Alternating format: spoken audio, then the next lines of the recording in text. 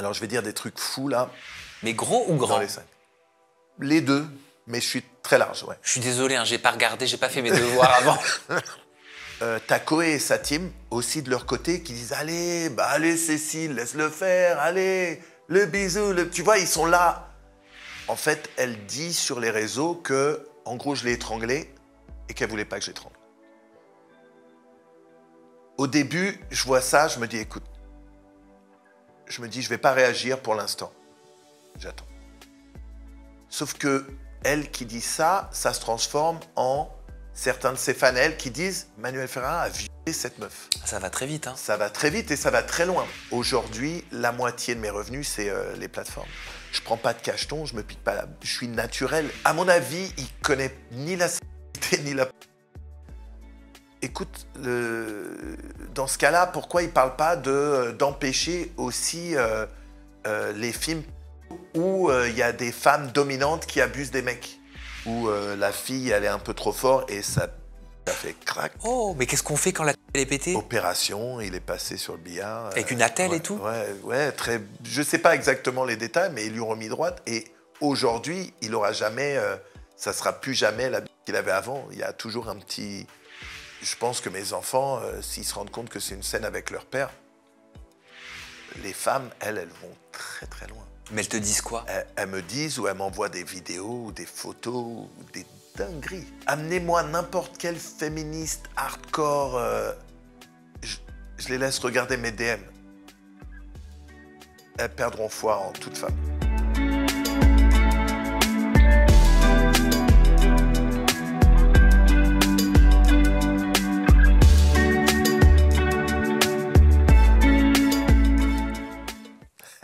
Alors comme ça, t'es l'acteur international, non, t'es l'acteur le plus connu à l'international.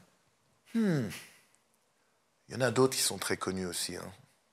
Je suis assez connu, mais il y en a d'autres. Bien sûr, il y a Rocco Siffredi, le plus connu de tous. Après, il y a Johnny Sins, je ne sais pas si vous connaissez, enfin, beau gosse. Très souvent, les gens l'appellent le chauve de Brazzers. C'est un mec qui a apparu. Mais lui, il est devenu très connu grâce aux mèmes, tu sais. Il y a beaucoup de mèmes qui ont été faits avec lui. J'ai vu que t'étais l'acteur X le mieux payé au monde, s'il vous plaît. Ouais, en fait, je ne sais jamais comment réagir à ça. Parce que... Oui, mais je ne sais pas, peut-être qu'il y a quelqu'un maintenant qui est mieux payé que moi, ou je ne sais pas. En tout cas, je gagne très bien ma vie. Et presque 30 ans de carrière? Presque 30 ans. 28 ans de carrière, 3 fois ce que j'ai fait dans mon industrie. C'est fou. C'est incroyable. C'est fou, surtout quand tu penses que j'ai commencé dans le business sur un TEPA Cap. C'est ça qui est fou. Moi, je pensais pas pouvoir être acteur. J'étais étudiant. Un de mes potes me dit « TEPA Cap », j'essaye. Ça marche, on me rappelle. Puis après... Oui, tout a commencé avec une petite annonce, Ouais. mais ça, on va en parler dans quelques instants. Des anecdotes, tu vas pouvoir, en interviewant toute intimité, Manuel Ferrara, nous en partager. Tu pourras aussi nous partager tes débuts dans cette industrie du X. On va analyser ensemble comment tu as traversé ces 28 ans, quels ont été les changements dans le milieu. On va parler de ta carrière, de ta vie de famille, de ton histoire de vie aussi. Mais avant, Manuel Ferrara, j'aimerais te montrer une photo. Cette photo. On s'est amusé, voilà, à faire un petit collage de toi dans tes débuts et de toi aujourd'hui. Qu'est-ce que tu vois dans cette évolution? Bah, je vois un jeune gars qui avait des problèmes de peau et d'ailleurs qui n'a pas trop changé. Mais non, mais surtout qui tient un cigare alors qu'il ne fume absolument pas. C'était pour le style? En fait, à l'époque, je tournais beaucoup pour un réalisateur, producteur français qui s'appelait Christophe Clark. Et à la fin de toutes les prods, il avait l'habitude de nous inviter faire un super bon resto et il payait le cigare à tout le monde. Et là, il venait de donner un cigare à tout le monde, sauf que là, sur la photo, je le tiens, mais je ne fume pas. Et d'ailleurs, je lui ai sûrement rendu juste après. Comment tu vois le temps qui passe, Manuel Ferrara? J'y pense pas, tu sais. C'est bizarre. Jamais. J'y pense jamais. Tu te regardes jamais dans le miroir en te disant « Ah, ça, je l'avais pas avant ». Si, bien sûr. Tu vois mon front. T'as compris, d'ailleurs, on voit bien la différence sur les photos. Mais, tu vois, je fais pas partie des gens qui disent « Ah, c'était mieux avant ». Je profite de chaque moment présent et j'ai eu beaucoup de chance dans ma vie parce que j'ai jamais eu de vraie période dure. J'ai eu des moments durs, mais pas des périodes dures. Euh, donc je sais pas si beaucoup de gens sont comme moi, mais j'ai zéro regret dans ma vie. Est-ce que tu es à fond sur le physique? Est-ce que ton métier fait que tu es encore aujourd'hui à fond sur le physique? Comment tu t'entretiens? Est-ce que tu fais du sport? Est-ce que tu es comme Tom Cruise? Tu vois, à presque 70 ans, tu dois encore montrer ton torse. Alors il faut qu'il soit bien. Ben, la réalité, c'est que, bon, déjà, on voit que j'étais déjà parti gagnant. J'étais très beau, très jeune. Non, je rigole. Je plaisante, mais non, non. Non, tu plaisantes pas, tu étais très beau, Non, très jeune. bon, ça, Et tu es très beau aussi dans ton âge c'est actuel. gentil. Merci beaucoup. C'est gentil. Mais non, non, mais euh, je- j'ai mes périodes. En fait, j'ai des périodes où je me laisse un peu aller et je me dis, bon, ben, c'est pas grave. Allez, je me fais plaisir en ce moment. Et d'autres périodes où je fais beaucoup plus attention. Je fais une vraie diète. euh, je fais un métier où, quand même quand je me laisse aller, je peux pas non plus me laisser aller très très loin parce que, ben, malgré tout, je suis encore devant la caméra. Euh, mais ce qui est très marrant, c'est la manière dont mes partenaires dans les scènes le perçoivent. C'est que autant j'ai des moments où je suis en mode pec, abdos et elle m'aime bien comme ça, autant quand j'ai un petit bidon, limite elle m'aime plus comme ça. C'est réconfortant. Peut-être. Tu sais, mais c'est drôle de se dire, bah alors, je fais des efforts, je me mets bien. Mais bon, cool pour elle, mais qu'elle préfère quand je suis un peu, pas rond, mais en chair, quoi. Elle trouve ça plus sexy? Certaines, certaines, oui. Beaucoup d'ailleurs. C'est marrant. 28 ans de carrière, Ouais. c'est ce qu'on disait en introduction de cette interview. Qu'est-ce qui a changé, Manuel, en 28 ans? Qu'est-ce que tu as vu changer en 28 ans dans ton industrie, celle du X? Alors, je vais dire des trucs fous, là. Mais moi, j'ai commencé à une époque où on regardait le porno en VHS. Mhm. Donc, moi, j'ai traversé énormément de médias pour le de la VHS au DVD, au Blu-ray, à la VR, à Internet. Et aujourd'hui, toutes les plateformes qui existent, c'est fou. Se dire que j'ai été partout, surtout sur tout support. Euh, mais à part ça, pardon, à part ça, même s'il évolue, le job pour moi, ça reste le même. Quand je suis acteur, bien sûr, je suis producteur aussi, j'ai ma boîte de prod depuis Donc le fond est le même. 23 ans. Mais le fond, mon job, c'est le même. Tu vois.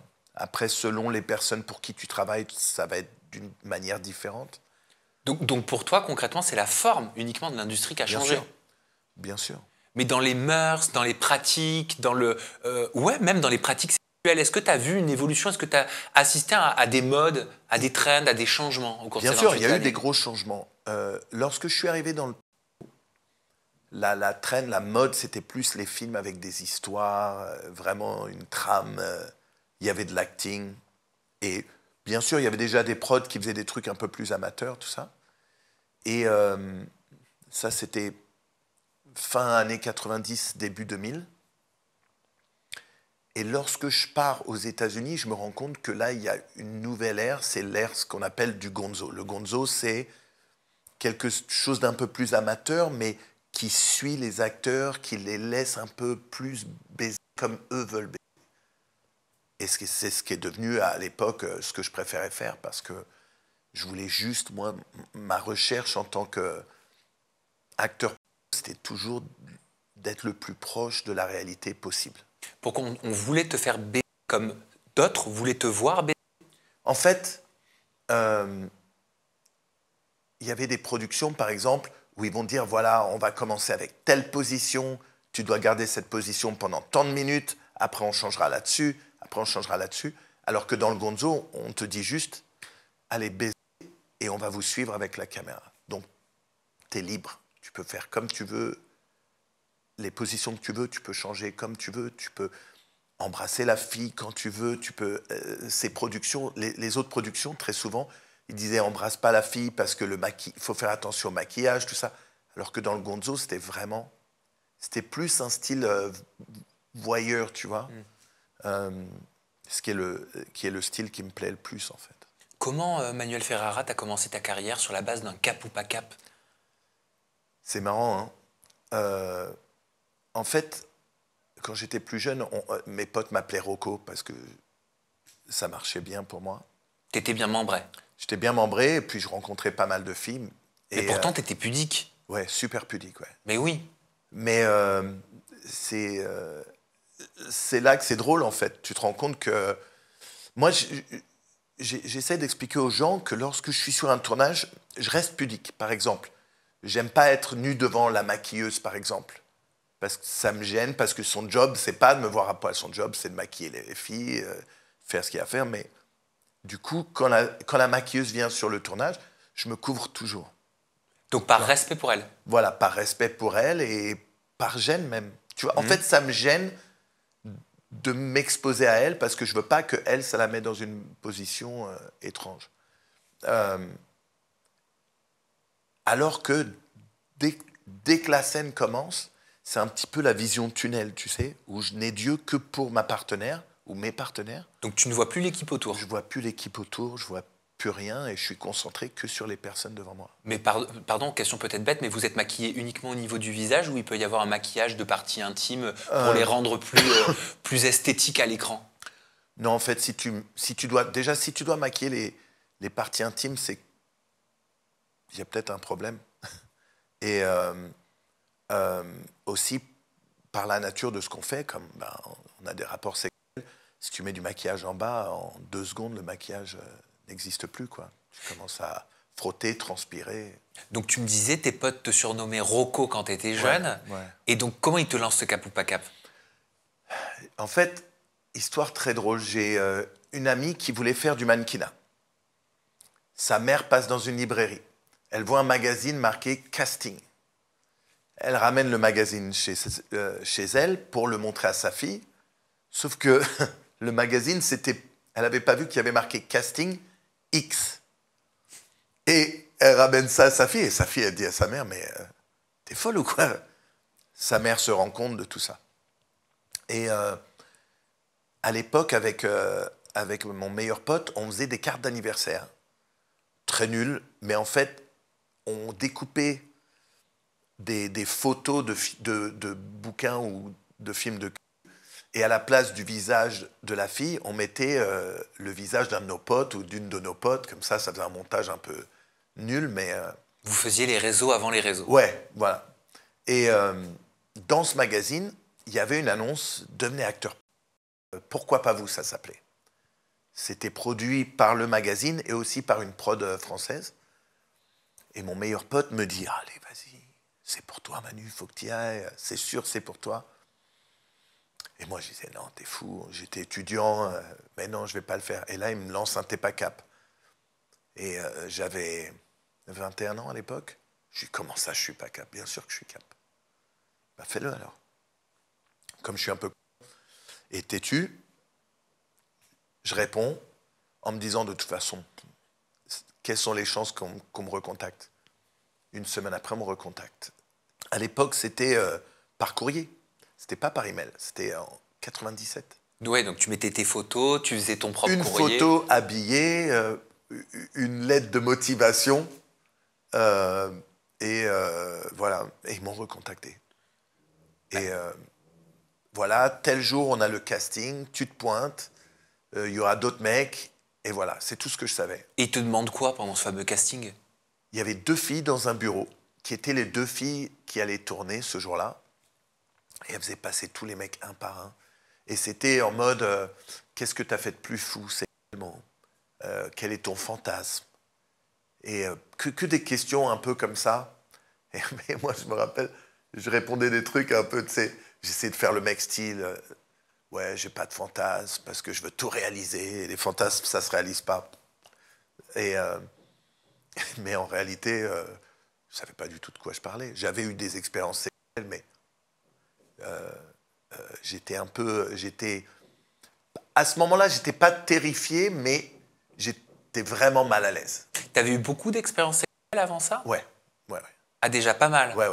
Donc t'avais déjà un body count qui était élevé? Ouais, j'avais un gros body count à ce moment-là. À 21 ans déjà? Ouais. Ok, donc le sexe ne faisait pas peur? Pas du tout. C'était une appétence? Bien sûr. Que t'avais? Ouais, okay. bien sûr. Mais est-ce que t'avais...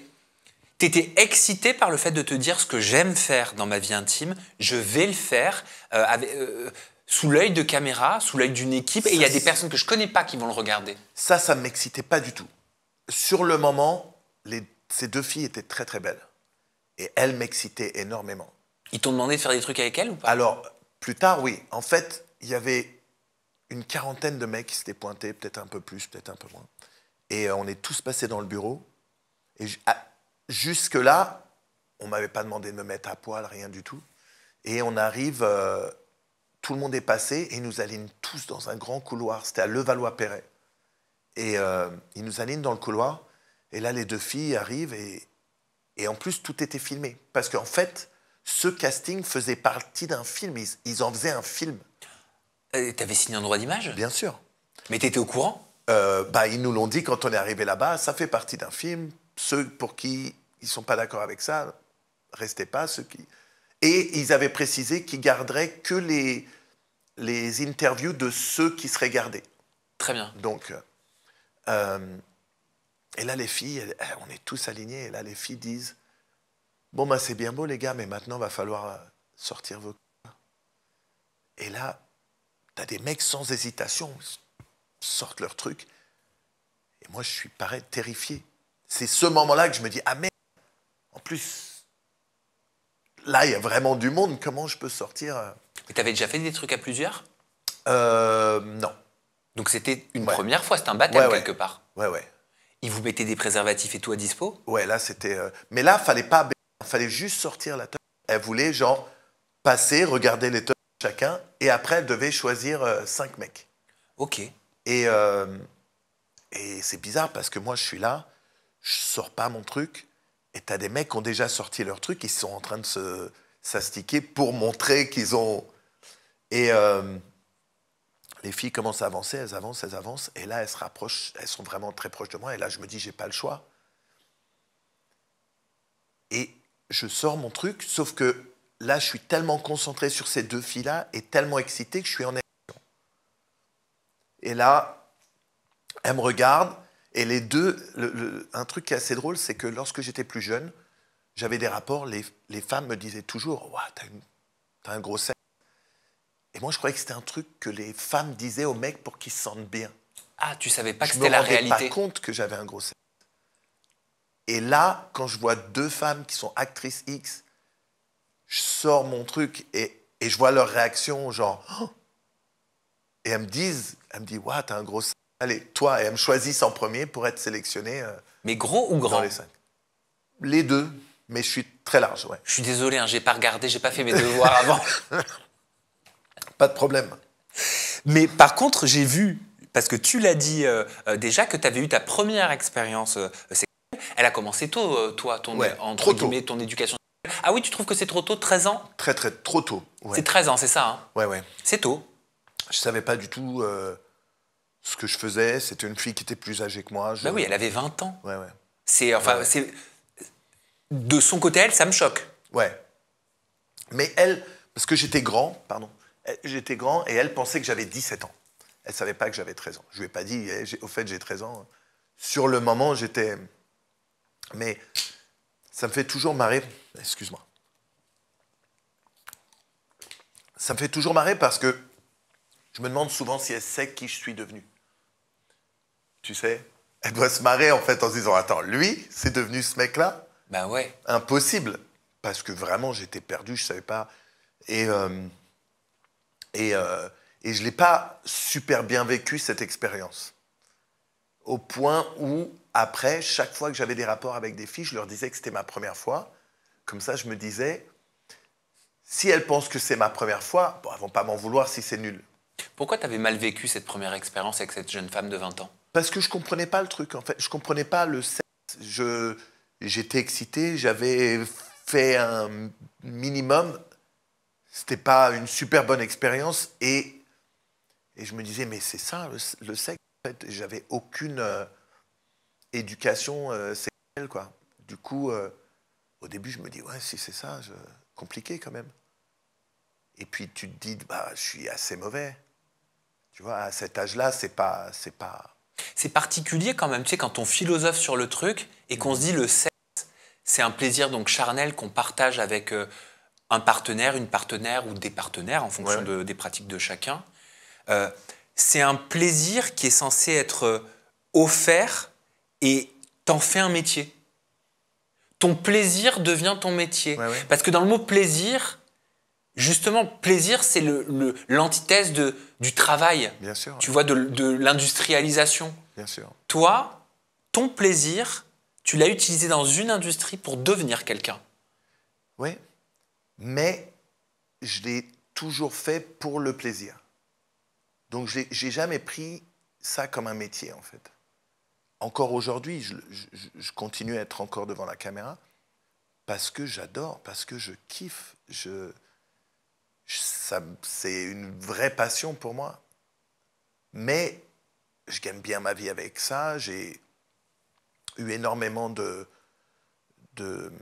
d'opportunités dans ma vie grâce au...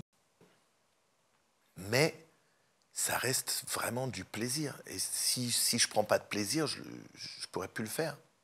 Malheureusement, aujourd'hui, on est dans un business qui est devenu très, très pro.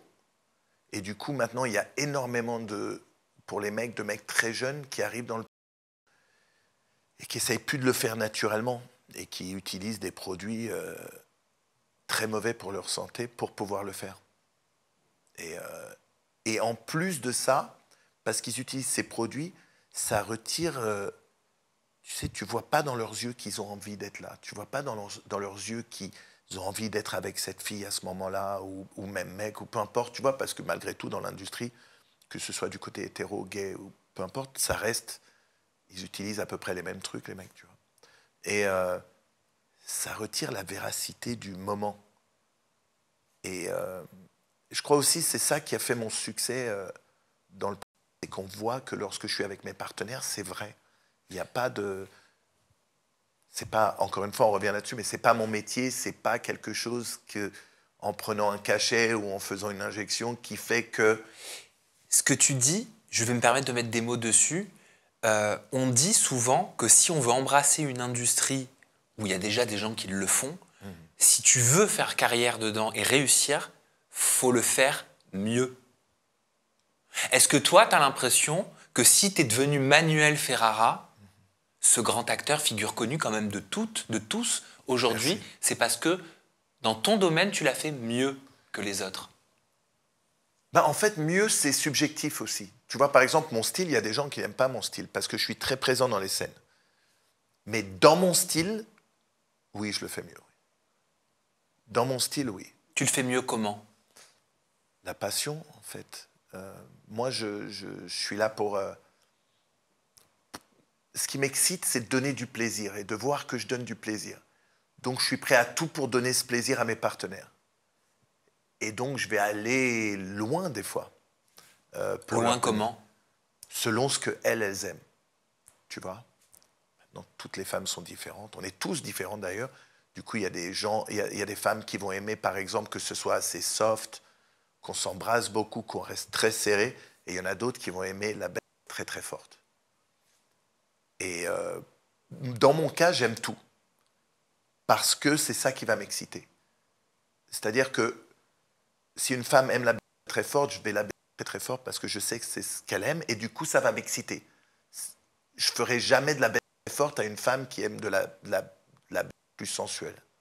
Parce que là, au contraire, si je fais de la bête très forte et que je vois qu'elle ne prend pas de plaisir comme ça va m'empêcher de rester en action parce que je vois qu'elle ne kiffe pas. Tu vois. Donc oui, je m'adapte à chacune de mes partenaires. Tu es un outil. Entre guillemets, oui. On est, je dis souvent que les mecs dans le... On est un petit peu le... Comment ça s'appelle? Je vais faire mon Van Damme, le shoe shine. On est là pour faire briller en fait les femmes. Parce que toutes les actrices, plus ou moins, tournent avec tous les acteurs. Et selon l'acteur avec qui elle tourne, elle va briller plus qu'avec un autre. Et c'est à nous de les faire briller plus que les autres. C'est marrant parce qu'en introduction, tu me disais donc que tes potes, ça revient t'appeler Rocco de par ton anatomie. Tu deviendras ami par la suite avec Rocco Siffredi.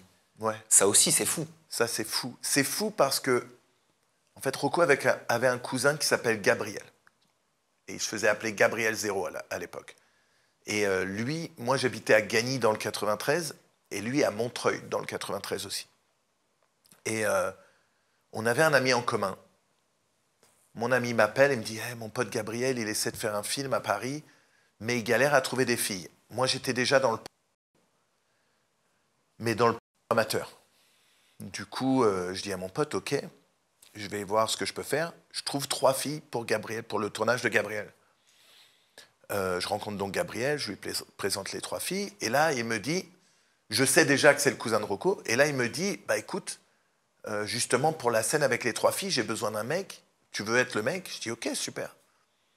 Je fais la scène avec les 3 filles, et je fais une très très bonne scène, et à la fin, Gabriel vient me voir, et il me dit, mais qu'est-ce que tu fais?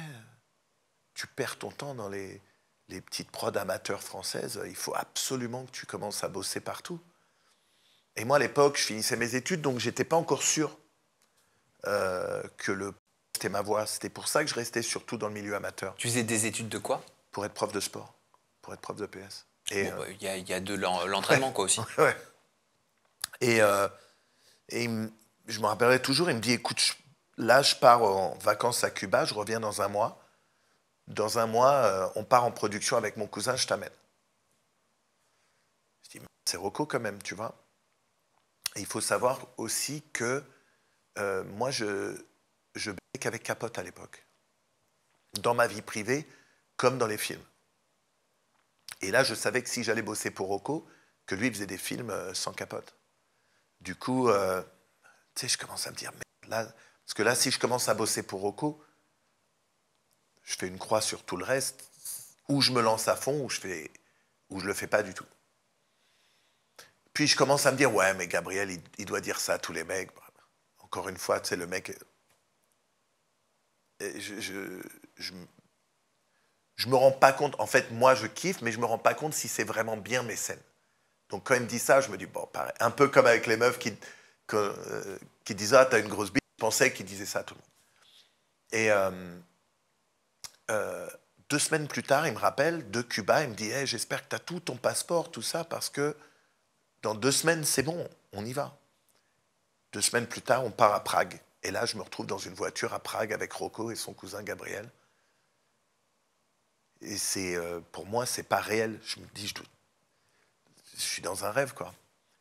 Et je fais ma première scène pour Rocco avec 2 filles. Et effectivement, à la fin de la scène, Rocco, il vient me voir et me dit, non mais, tu peux pas être prof de PS, c'est pas ça ton job. Acteur, c'est ton vrai truc, quoi. Et après, je commence à bosser pendant 2-3 ans pour Rocco, et il m'emmène un petit peu partout. Rocco, il avait un problème dans ses films, c'est que Rocco, lui, faisait encore des scènes très très fortes, mais les scènes dans lesquelles il n'était pas, il avait des problèmes à trouver des mecs qui pouvaient faire des scènes fortes comme lui faisait. Et quand il tombe sur moi, il se rend compte, là, ça y est, il va pouvoir faire des trucs équilibrés. Donc il peut être dans des scènes, lui de son côté, et moi dans les autres, et du coup, ça gardait le niveau élevé. Donc il cherchait à se diversifier, mais à ce que les scènes soient toujours fortes, impactantes. Bien sûr. C'est ça. Et c'est là où tu lui as tapé dans l'œil. Voilà, exactement. Et c'est comme ça que j'ai commencé à bosser pour lui pendant plusieurs années. Mais pardon de la question, mais je réagis à ce que tu disais juste avant. Est-ce que tu commences aussi à bosser, à faire tes scènes sans préservatif? Ouais. Écoute, non seulement je commence à faire des scènes sans préservatif pour Rocco, bien sûr, on est testé, tout ce qu'il faut, mais en plus de ça, ma première fois sans préservatif dans ma vie, c'était sur le tournage de Rocco. C'est-à-dire qu'avant ça, j'avais toujours utilisé des présos. Et le truc assez étrange, c'est que le matin de ma première scène, comme j'avais peur justement de le faire sans capote, parce que j'avais peur d'être trop sensible, je me masturbais 2 fois le matin avant mes scènes pour pouvoir y aller l'esprit, alors qu'à la base, c'est pas le bon plan. Maintenant, je ne ferai plus jamais ça, mais à l'époque, j'avais besoin de le faire pour y aller et d'être... Pourquoi tu ne ferais plus jamais ça aujourd'hui? Bon, je suis beaucoup plus vieux, je ne suis plus comme avant. Avant, je baisais, une fois que je finissais, 5 minutes après, j'étais prêt à repartir.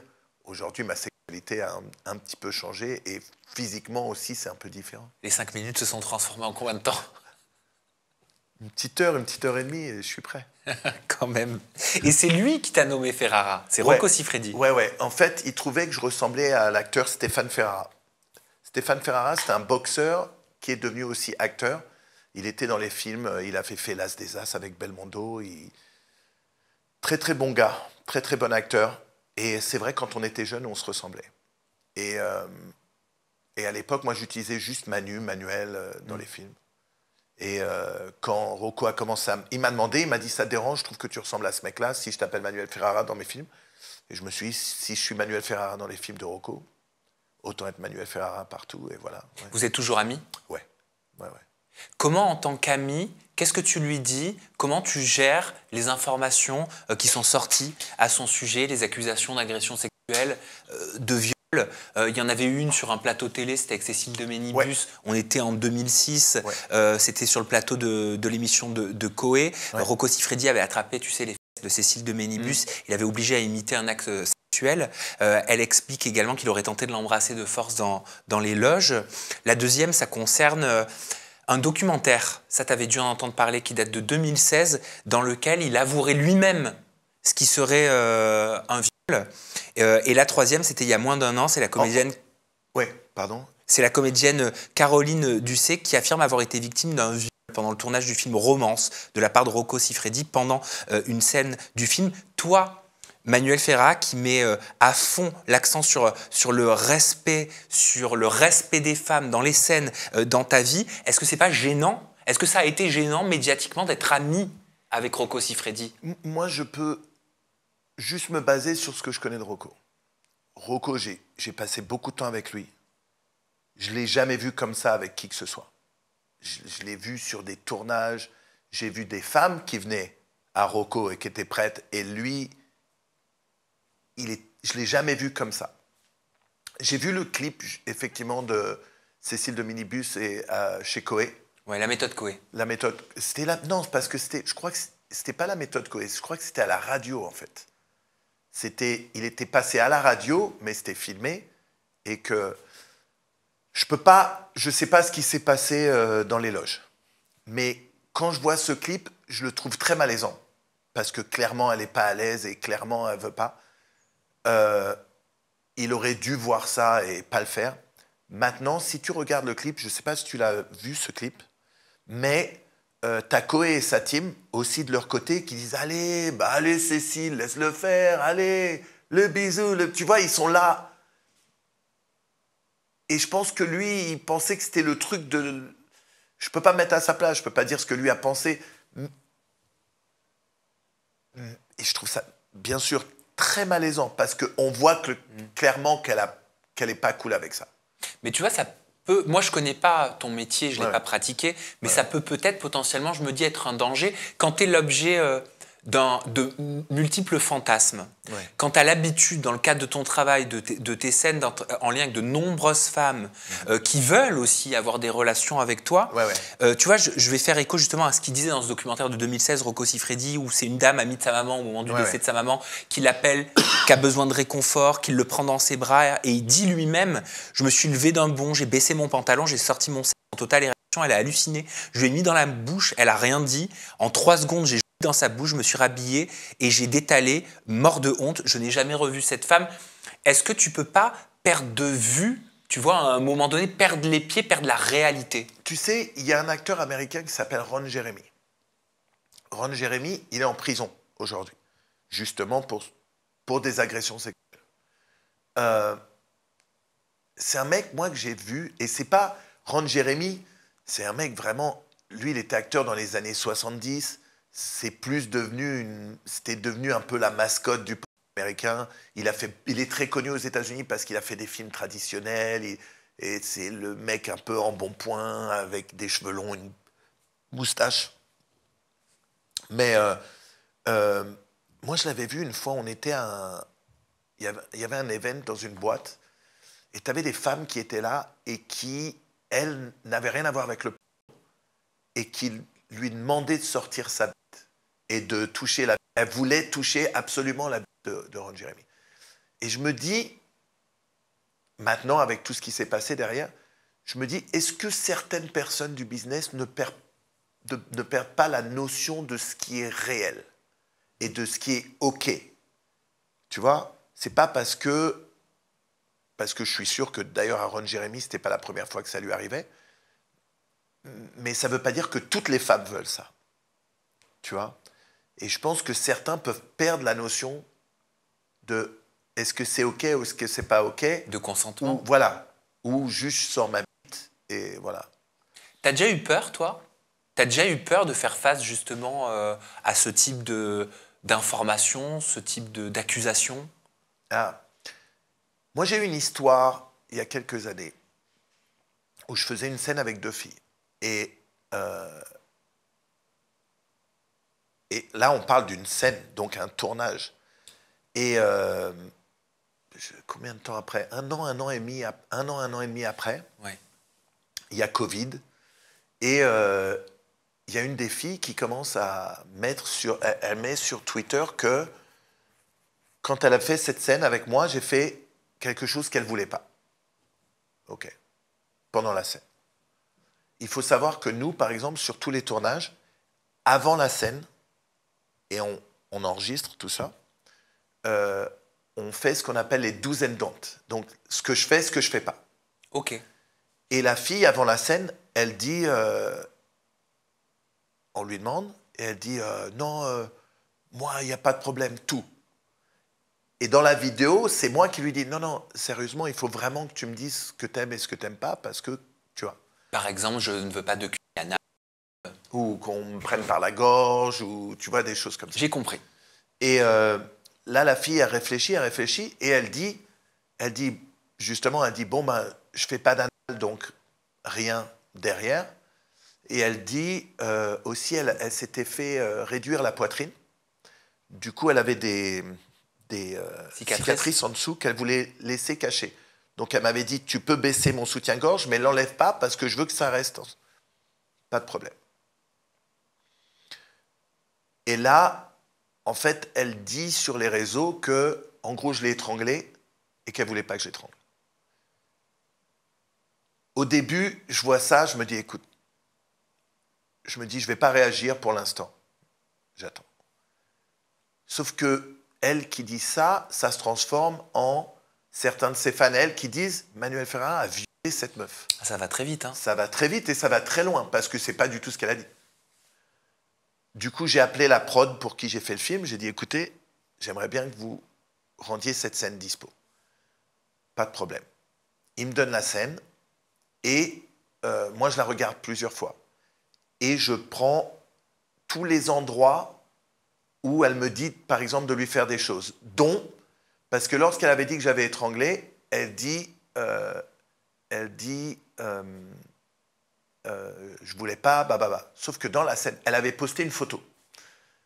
Sauf que dans la scène, elle me dit, étrangle-moi, j'adore quand tu m'étrangles. Elle le dit. Elle le dit.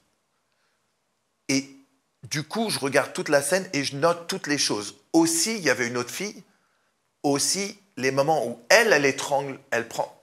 Et quand je dis étrangler, attention, c'est pas ça. C'est tu mets ta main sur la gorge, tu mets un peu de pression, tu n'essayes pas d'aller plus loin que ça. Et elle le fait à l'autre fille. Tu vois. Et donc, quand j'ai sorti la scène, j'ai sorti la scène avec tous les timecodes, donc le minutage de ce qu'elle disait, ce qu'elle faisait. Et j'ai fini, quand j'ai sorti ça, je l'ai publié et j'ai fini en disant, voilà, maintenant, passons aux choses sérieuses. Je vous montre qu'elle m'a demandé de faire ça. Toute autre accusation, ça passera par mon avocat. Le lendemain, cette fille me contacte et elle me demande, est-ce qu'on peut parler? Je dis, OK. Et elle me dit, non, mais en fait... Ah oui, ce que j'ai oublié de dire, c'est qu'entre-temps, l'autre fille a fait un podcast où on lui pose cette question. Mais toi, tu étais là, qu'est-ce qui s'est passé? Et l'autre fille raconte que, en fait, cette fille avait un mec et que c'était son mec qui avait vu la scène et qui mettait la pression pour qu'elle dise des choses. Pour l'honneur? Parce qu'il n'a pas aimé voir sa meuf baiser comme ça un autre mec. Oui, mais derrière, il y a de l'impact. Il y a un impact. Bah oui, il y a un impact si tu... Et du coup, il voulait qu'elle dise, bah, quand j'ai fait ça avec Manuel Ferrara, ça s'est pas bien passé. Mais là, la meuf m'appelle et on en discute. J'ai tout enregistré, bien sûr. D'ailleurs, au début de la discussion, je lui ai bien dit je te conseille d'enregistrer cette discussion. Moi, je vais le faire. Légalement, de toute façon, je suis obligé de lui dire que j'enregistre. Et on a cette discussion et la fille, oh, c'est allé un peu trop loin, c'est pas ce que j'ai voulu, c'est pas ce que j'ai voulu dire. Et à un moment, elle me dit même, c'est parce que c'était vraiment une bonne scène, on aurait pu gagner un award pour ça. C'est fou de dire ça, alors que tu viens de lancer des accusations, tout ça. Ça, tu l'as vécu comment? Alors, sincèrement. Je l'ai vécu très mal parce que, pour moi, j'ai toujours été fier de la manière dont je suis avec mes partenaires. J'ai toujours été clean avec mes partenaires. Je fais toujours, encore aujourd'hui, je fais toujours attention à elles. C'est la réputation que tu as de nombreuses actrices. C'est ce qu'elles disent de toi. D'ailleurs, on le verra peut-être plus tard. Merci. Je veux qu'elles soient à l'aise et je veux qu'elles prennent leurs pieds quand elles tournent avec moi. Donc quand une fille me dit, comme je t'expliquais au début, quand une fille me dit « étrangle-moi, j'adore quand tu m'étrangles », ben, je mets ma main sur sa gorge. C'est parce que elle voulait vraiment que je le fasse, que je l'ai fait. Et puis aussi, il ne faut pas oublier, moi j'ai des enfants. Tu as 4 enfants. J'ai 4 enfants. 3 d'une première union et une fille d'une deuxième union. Et moi, je ne peux pas avoir mes enfants qui tombent sur des trucs, leur père est un violeur, ou c'est pas possible. Je suis déjà acteur, c'est pas forcément le plus simple à vivre, mais ça en plus, ce serait fou. Et donc, la meuf, au final, on discute et on se met d'accord pour sortir un truc ensemble, pour dire voilà, il y a eu mauvaise communication. Elle a vécu quelque chose comme ça. Parce qu'elle, elle voulait absolument que je m'excuse. Mais moi, je lui disais, mais m'excuser de quoi? Moi, j'ai rien fait que toi, tu ne m'as pas demandé de faire. Je lui ai dit, écoute, je lui ai dit, le seul truc pour lequel je vais m'excuser, c'est que si ça t'a mis mal à l'aise, à aucun moment j'ai pu voir que tu l'étais. Et peut-être que j'aurais dû. Mais à part ça, je ne peux pas m'excuser d'avoir fait des choses qu'elle me demande vocalement dans la scène, quoi. Donc, concernant un autre de tes amis, Adrien Laurent, récemment, au moment où on tourne, il y a le gouvernement qui a saisi TikTok pour faire retirer les contenus d'AD qui véhiculent, selon Aurore Berger, donc la ministre de l'égalité femmes-hommes, une vision déformée et toxique de la sexualité où la domination et la violence prennent le pas sur le respect et le consentement. Qu'est-ce que tu en penses? À quel œil tu vois ça? Je trouve ça absolument immonde. Je trouve ça absolument immonde pour différentes raisons. Un, quand tu connais AD, tu sais que c'est un bon gars. C'est un bon gars, AD. C'est pas le mec. Au contraire, même lui aussi, il veut que ses partenaires soient bien. Il veut il veut kiffer aussi, tu vois. Maintenant, il y a le personnage aussi des réseaux sociaux, AD Laurent, qui est différent, un petit peu différent de ce qu'il est. Maintenant, si les gens ne comprennent pas que c'est un personnage, si les gens ne comprennent pas que ça ne va pas plus loin que ça. Et lui, c'est encore autre chose. C'est-à-dire que toi, quand tu as commencé, on le disait, hein, 28 ans de carrière, connu, reconnu, les réseaux sociaux n'existaient pas. Tu aurais pu faire à l'époque ce qu'il fait aujourd'hui sur les réseaux sociaux, parce que bien sûr, il ne monte pas sur les réseaux sociaux traditionnels, mais il y a quand même une sorte de promotion sous-jacente. Il joue avec les codes. Ouais, c'est pas vraiment mon style. Et ça n'a jamais été mon style de faire les promos qu'il fait, le genre de vidéos qu'il fait. Donc je ne pense pas que j'aurais été... Par exemple, aujourd'hui, avant de venir ici, j'ai fait une scène. J'ai tourné avec une très jolie fille d'ailleurs. Et elle me demande avant si on peut faire un petit truc, une petite vidéo pour TikTok ou pour... Et je dis à la fille, ouais, d'accord, pas de problème. En revanche, je ne vais pas danser devant la caméra. C'est pas qui je suis, tu vois. Je vais pas faire un truc un peu... Et elle m'a fait faire une petite vidéo sympa, mais rien que tu puisses interpréter de manière... tu vois. Excuse-moi, des fois, je ne trouve pas mes mots. Et... mais là, tout ce que lui fait, et autant que lui fait, je pourrais pas. On, on est presque pas dans le même business. Même si la nature de ce qu'on fait devant la caméra est similaire, c'est presque pas le même business. Tu vois, je me souviens, il avait suscité la polémique quand une de ses parteneires avec qui il avait partagé une vidéo sur les réseaux intimes, Chénie, avait expliqué qu'elle avait eu une déchirure intime. Et qu'il a sorti la vidéo quand j'ai déchiré, j'ai déchiré machine, nanana. Voilà, ce qui avait fait réagir, j'avais reçu Nikita, sur ce même canapé, Nikita Bellucci. Je te propose de regarder un extrait, tu me dis ce que tu en penses. Cool. Et ce mec me pose beaucoup de problèmes. Alors on va se dire que c'est l'hôpital qui se fout de la charité. Par exemple, tu vas sur Twitter, Wayne Shep qui publie ses vidéos de muscu, voilà, machin, je suis comme ça à ma salle toute la journée. T'as Adé Laurent qui publie ses liens de films, qui publie ses scènes, elles sont même pas floutées. Alors déjà, tu publies ça sur Twitter, je te rappelle que juste sur Twitter, t'es pas censé poster de la pornographie. T'es suivi par un public de mineurs, et en plus de ça, tu vas sur un mec qui est lui aussi suivi par des millions de gens, par des millions de mineurs, et ça ne te pose aucun problème. Donc ça me pose beaucoup de soucis sur le plan éthique et moral. Et puis, quand tu l'entends parler, « Oh, la nana, je l'ai déchirée », mais oh, mais t'es qui, quoi? T'es qui? C'est ça pour toi, avoir un rapport avec une femme, c'est de la déchirer? Bah non. Voilà, il a un discours qui est pour moi très problématique, et ce mec est pour moi très problématique. Voilà, donc ça, c'est le discours de Nikita Bellucci. Tu apportes du crédit ou, à contrario, tu n'es pas... C'est les deux, en fait, pour moi. Bon, déjà, tu sais, quand tu parles avec tes potes, tu dis « Je l'ai déchirée, cette meuf ». Tu parles pas de lui avoir fait une déchirure. C'est genre, je l'ai baisé très fort, tu vois. C'est pas... Je pense pas qu'à ce moment-là, lorsqu'il dit « Je l'ai déchirée », qu'il parle vraiment de la déchirure qu'elle a eue. Et après, je crois que même la fille, ensuite, a clarifié que lui n'était pas au courant, que c'est après qu'elle s'en est rendue compte, etc. Il me semble.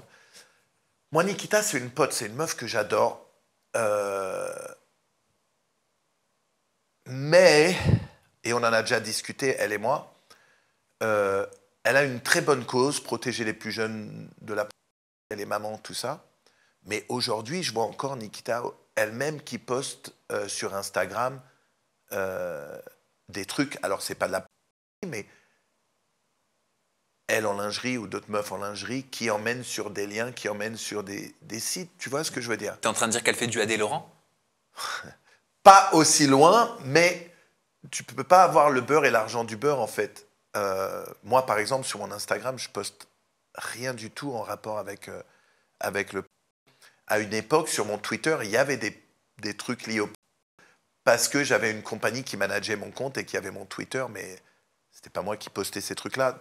Mais c'est dur, en fait, parce que oui, je comprends ce qu'elle essaie de dire, oui, je comprends ce qu'elle essaie de défendre, mais dans ce cas-là, poste plus rien du tout lié au sur Insta.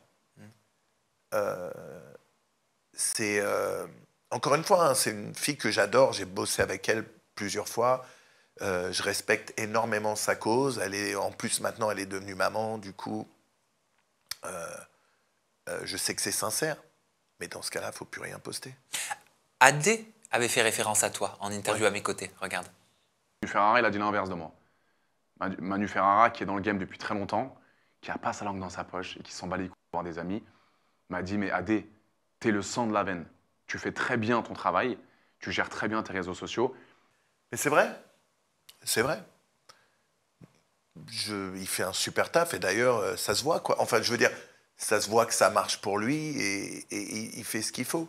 Est-ce que moi, je kiffe tout ce que Adé sort? Non, des fois, je trouve ça... Aux États-Unis, ils disent cringe, tu vois. Des fois, oui, ça me vrai. fait un peu grincer des dents. Je me dis... Mais c'est un style qui marche et je trouve pas qu'il aille trop loin, en fait. D'ailleurs, il est très présent sur les plateformes intimes. Bien sûr. Que tu l'es devenu, toi aussi, présent sur les plateformes intimes. Ça aussi, quelque part, il a fallu t'adapter parce que ça n'existait pas, les plateformes intimes, il y a 28 ans. En fait, le problème des plateformes, c'est que c'est devenu trop facile. Et accessible à tous. Oui et non. Oui et non, parce que il y a un paywall. En fait, pour avoir accès à tout ça, tu dois malgré tout payer. Donc, c'est pas si accessible à tous. C'est-à-dire, tu dois payer quoi? Par exemple, si tu veux regarder les vidéos d'Adé, tu dois aller sur Mime ou OnlyFans Et pour voir la vidéo, tu dois payer ou un abonnement ou un pay-per-view. Bien sûr, mais si tu veux devenir créateur ou créatrice de contenu intime, tu n'as pas besoin de payer. Ah non, non, non, là-dessus, je suis d'accord. Non, quand tu disais, que c'était accessible à tous, je pensais que tu parlais plus du côté fan qui regarde plus que du côté créateur. Oui, mais par contre, ce que tu veux dire du côté fan, c'est que c'est moins accessible qu'un Hub ou qu'un YouTube. Exactement. Et ça, pour le coup, je sais que tout à l'heure, tu m'as dit que tu voulais aborder un sujet, du coup, je vais garder ça pour plus tard. Mais Dis-moi. tout à l'heure, tu m'as mentionné le passage avec Macron. Oui, je voulais aborder un angle politique avec toi. Mais tu peux. Ok. Ou quand ça viendra dans ta Allez, question. ça Ok. marche. Mais bref, du coup, oui, tout le monde peut devenir... Et d'ailleurs, c'est très bien. On me pose souvent la question, tu sais, je fais des streams sur Twitch, et on me pose souvent la question, est-ce que les plateformes, ça va pas tuer le traditionnel? Et c'est l'inverse, en fait. C'est très bon pour le traditionnel, parce qu'il y a énormément de filles qui étaient des modèles Instagram ou TikTok ou même sur Twitch, qui se lancent sur les plateformes, pour qui ça marche à peu près, et ensuite qui se lancent dans le porno traditionnel. Parce que beaucoup comprennent que venir dans le porno traditionnel, ça risque de booster ton nom plus rapidement que les autres plateformes. Et donc, elles viennent 6 mois, 1 an, elles font des scènes pour les gros studios, et après, elles partent et elles ont créé un nom incroyable, et donc font beaucoup plus de vues sur les plateformes. Ah, j'ai capté. Donc en fait, les plateformes studios professionnels, c'est l'équivalent d'une télé-réalité sur TFX ou sur W9. Exactement. Qu'après, tu vas convertir en influenceur sur les réseaux. Exactement. Mais version X. Voilà, c'est exactement ça. Maintenant, tu veux utiliser les plus gros studios pour booster tes vues sur tes plateformes. Et toi, ça te sert ou ça te dessert les plateformes intimes? C'est incroyable. Aujourd'hui, la moitié de mes revenus, c'est les plateformes. La moitié? La moitié de mes revenus. Mais c'est récent. Ça fait 3 ans maintenant que je suis sur les plateformes. Donc en 3 ans, la moitié de tes De mes revenus, revenus. 50% de tes revenus sont dus aux plateformes intimes. Bien sûr, oui. Mais ça veut dire que ça a changé complètement ton business économique. Bien sûr, bien sûr.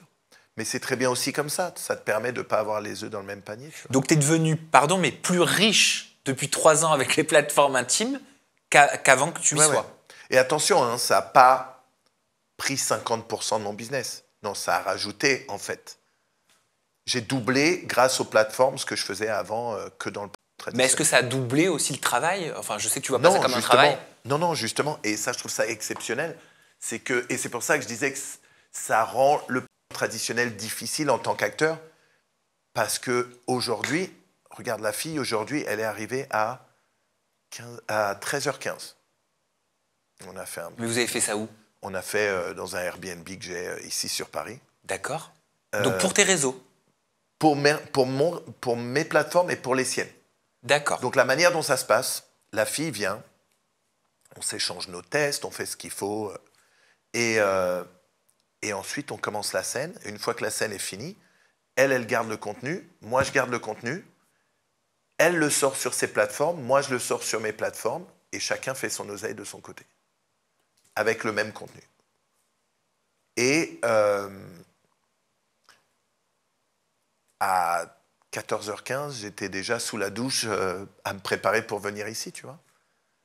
Donc, ça rend les choses difficiles quand tu dois aller sur un tournage où tu sais que tu vas passer la journée. Quand c'est aussi simple, tu as envie que ça soit comme ça tous les jours. Donc, quand tu vas sur un tournage de film traditionnel et vraiment tu es là-bas toute la journée, tu as du dialogue, tu as des moments d'attente. Surtout pour un mec de mon âge, tu sais, qui est là depuis autant d'années, flemme. Et cette vidéo que tu as fait avec cette jeune fille dans ton Airbnb pour vos plateformes intimes, par exemple, elle va te rapporter combien? Ça dépend. Ça dépend des filles, en fait, pour moi. Ça dépend des filles parce que certaines femmes ont un plus gros nom que les autres ou un plus gros following ou parfois une meilleure conversion.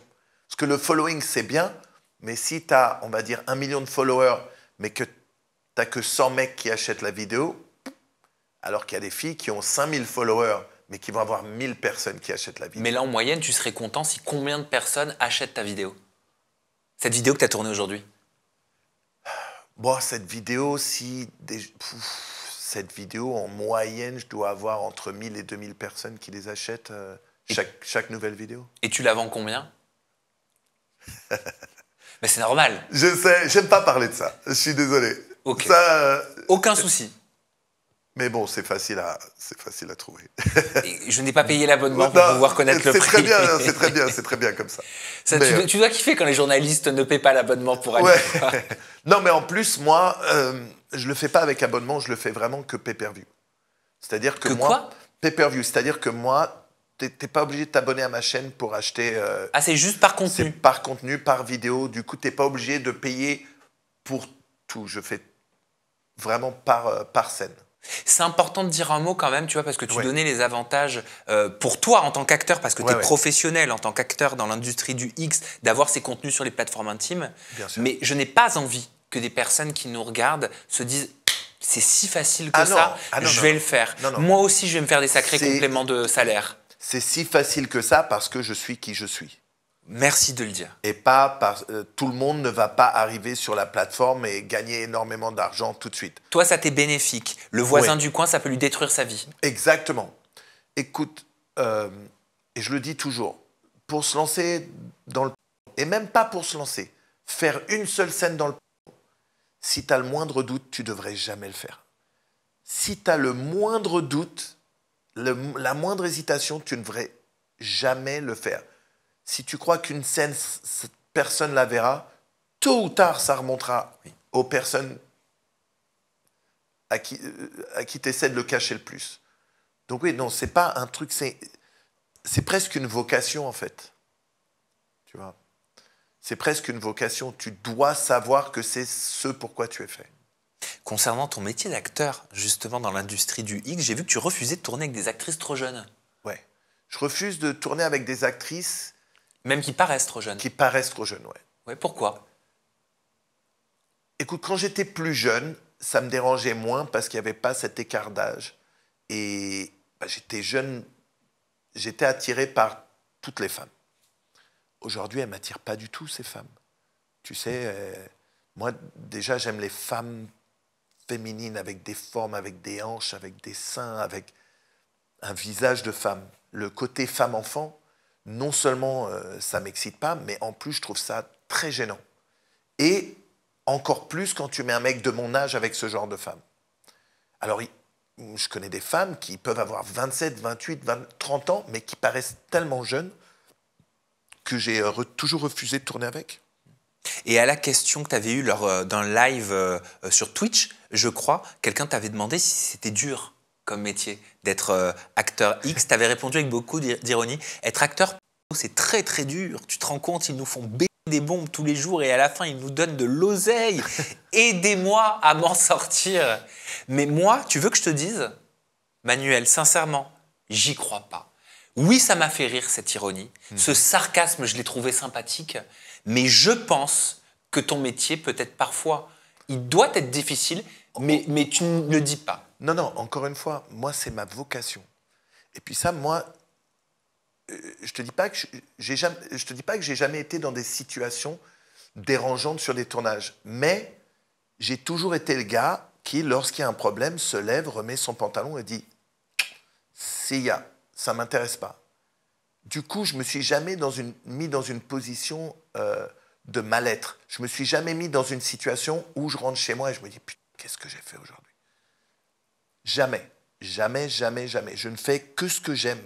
Et c'est pour ça encore aujourd'hui que j'ai 49 ans, je ne prends pas de cacheton, je me pique pas je suis naturel et j'ai toujours été naturel et je pense finir ma carrière de manière naturelle de toute façon. Dans quel cas de figure t'as dit si, allez, je me casse?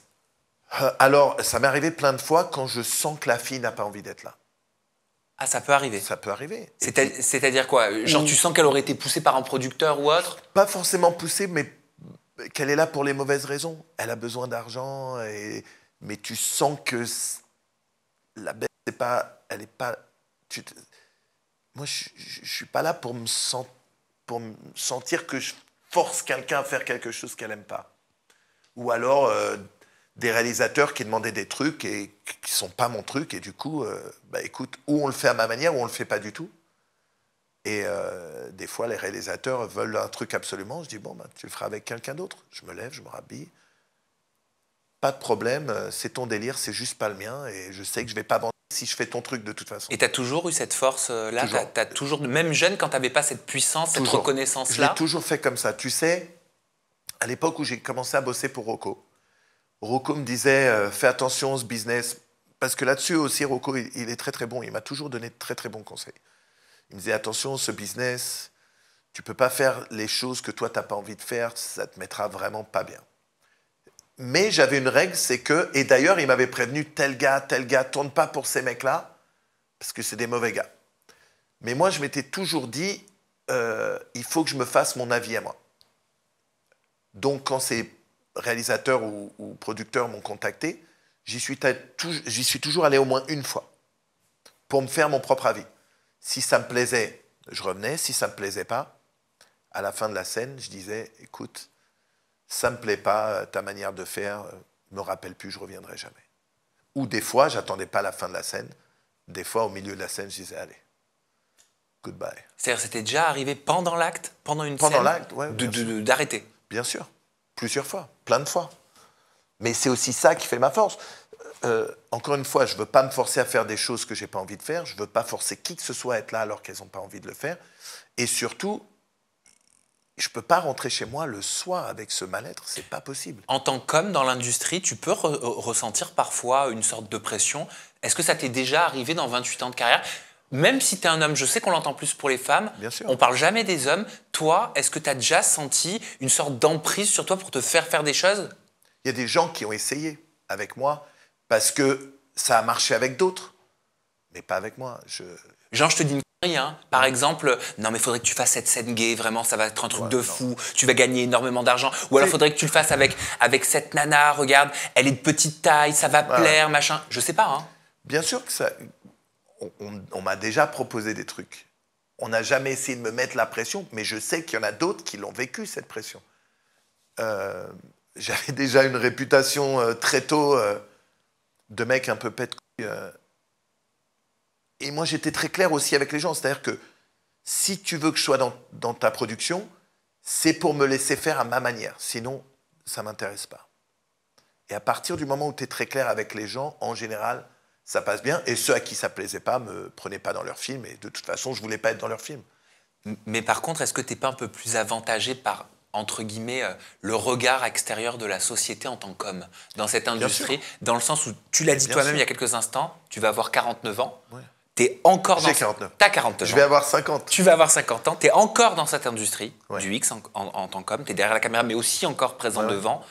Les femmes, souvent, prennent leur retraite bien plus tôt dans cette industrie. Alors, oui, à une certaine époque, oui.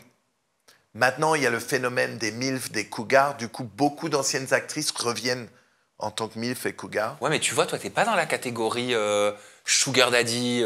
Attends. Si? Bah... Moi, je ne le fais pas de moi-même, mais par exemple, si tu vas sur un hub ou sur, tu vois, ces sites gratuits, je ne sais pas si on peut citer ici, mais c'est pas moi qui choisis le titre. Ah oui, c'est vrai. Du coup, moi, j'ai fait des scènes... Ce qu'elle m'avait dit, Nikita. J'ai fait des scènes avec des meufs où les meufs, après, ils sortent la scène sur cette plateforme et ceux qui mettent le titre... Et stepdad, baba, alors que la scène n'a pas été tournée comme ça. Beau-père. Ouais. Alors que la scène, à la base, n'a pas été tournée. Oui, d'ailleurs, Nikita, j'avais voulu lui lire certains titres pour savoir comment elle le vivait, parce que je ne savais pas qu'il n'y avait pas de choix de sa part derrière en tant qu'actrice. Elle n'avait pas souhaité que je le lise parce qu'elle m'avait dit qu'elle avait vécu certains titres très mal. Bien sûr. Où elle s'était retrouvée dans des genres, des trucs presque délictuels parfois. Ouais. Ah ouais. Non, là, pour ce genre de plateforme, t'as pas le choix, T'as pas le choix. Maintenant, moi, je le vis pas. Je regarde pas, en fait. Je regarde pas ces titres. Mais je sais que ça existe. De là à dire que je le vis mal, je le vis pas mal. T'évoquais Emmanuel Macron, le président de la République française, il y a quelques instants. En effet, lors d'un discours prononcé à l'occasion de la Journée internationale contre les violences faites aux femmes, en 2017, si je ne me trompe pas, Emmanuel Macron, il avait dit regretter l'accès à la de plus en plus facile pour les enfants. Il avait poursuivi dans un tweet en disant la a franchi la porte des établissements scolaires. Nous ne pouvons ignorer ce genre qui fait de la femme un objet d'humiliation. Tu avais réagi, Manuel, sur Twitter également. Ouais. Tu avais dit « Je suis dans ce business que vous essayez de diaboliser en faisant ce genre de remarques. Je suis prêt à m'asseoir avec vous et discuter d'un sujet qu'a priori vous ne connaissez pas. J'attends votre appel. Ouais. » Cet appel du président de la République, l'as-tu eu? Alors, j'ai pas eu du tout d'appel. J'ai eu énormément de réactions. Je m'attendais pas à ce que ça parte. C'était parti un peu viral, au point que c'était dans les émissions télé, au point où on m'a contacté pour passer dans certaines émissions télé, mais je vivais à LA, du coup, c'était pas vraiment possible. En fait, je suis d'accord avec beaucoup de choses. L'accès aux plus jeunes, oui. Là, c'est clair qu'il y a un vrai gros problème. Il y a une manière de régler déjà ce problème pour les plus jeunes, mais personne ne veut le faire. En réalité, il faudrait déjà interdire tous les sites gratuits. Interdisez les sites gratuits.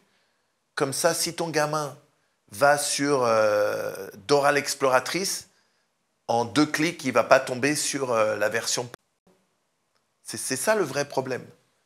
Alors après, il y a des gens qui vont dire « Oui, mais tu peux utiliser un VPN ou tu peux… » Oui, mais là, déjà, on parle d'enfants plus âgés. Ce n'est pas un gamin ou une gamine de 6 ans qui va utiliser un VPN. Mais il faut tous les protéger, bien sûr. Je suis d'accord, j'ai des enfants, moi le premier. Moi, en tant que papa, je fais ce qu'il faut. Mes enfants ont des téléphones. Ben, j'ai des trucs pour bloquer tous les sites sur leur téléphone. Je garde un œil sur leur téléphone. Mais alors pourquoi ils voient la porte avec cet œil-là, Emmanuel Macron, selon toi? Tu as utilisé le terme diaboliser. À mon avis, il ne connaît ni la sexualité, ni la… Écoute, dans ce cas-là, pourquoi il ne parle pas d'empêcher aussi les films où il y a des femmes dominantes qui abusent des mecs? Ça existe aussi. Il faut comprendre que la sexualité, chacun a sa sexualité et chacun aime les choses de manière différente. Comme je te disais tout à l'heure, il y a des femmes qui aiment être dominées, il y a des hommes qui aiment être dominés. Ça ne veut pas dire… En réalité, le problème, ce n'est pas le contenu, c'est le consentement. Le moment où tu fais quelque chose dans lequel il n'y a pas le consentement de la personne, de ta partenaire, oui, ça devient un problème. Et l'âge, et l'accès en fonction de l'âge. Et l'âge et l'accès. D'où, déjà, et c'est très faisable. Ils ne peuvent pas dire que ce n'est pas faisable. D'autres pays l'ont déjà fait. Alors, je sais que tu vis aux États-Unis, tu vis à Los Angeles, mais tu restes français. Qu'est-ce que tu penses de la France, de là où tu vis aux États-Unis? Qu'est-ce que tu penses de notre gouvernement? Qu'est-ce que tu penses de notre président de la République? Putain, si on part sur la politique, ça va être compliqué. Pourquoi? Je trouve compliqué d'avoir autant de problèmes dans son pays et de ne pas régler les problèmes de ton pays en premier. Je trouve que c'est très complexe. C'est très complexe pour moi de dire aux gens, serrez-vous la ceinture, on va envoyer des milliards ailleurs. Quand tu as des gens qui crèvent de faim, quand tu vois la situation des agriculteurs en France, quand tu vois… c'est très compliqué. C'est-à-dire, tu te sens plus en adéquation avec la politique de Donald Trump? Non. Non. En fait, ce que j'essaie de te dire, c'est que je comprends que les Français… En fait, en faisant ça, je trouve qu'ils poussent les gens à aller vers cette politique. En faisant ça, je trouve qu'ils, justement, poussent les gens à aller plus à droite. Mais il y a énormément de problèmes en France et les gens s'en occupent pas, quoi. C'est compliqué quand même. En parlant de politique, c'est Bruno Le Maire, tiens, l'ancien ministre de l'économie. Tu avais partagé un plateau avec lui, aux côtés de Léa Salamé.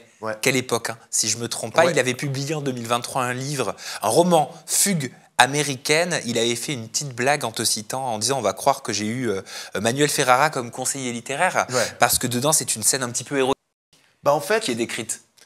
Le problème, c'est que le mec, il fait un bouquin super intéressant, qui m'a d'ailleurs signé. Et eux ne basent sa promo que sur ce passage. Alors que c'est un petit passage dans le bouquin. Et il se passe que ce jour-là, il est sur un plateau en même temps que moi. Du coup, tu as l'impression qu'il ne parle que de ce passage du bouquin, alors qu'il y a beaucoup d'autres choses dans son bouquin. Mais il a été très cool. Franchement, hein, le mec, je trouve même que sur ce plateau, c'est celui qui a été le plus cool avec moi. Pourquoi ils n'ont Tout pas le été... monde Non, Ah. j'ai pas dit qu'ils n'ont pas été cool. Ils ont été très, très cool, mais tu sais, il y a quand même une distance.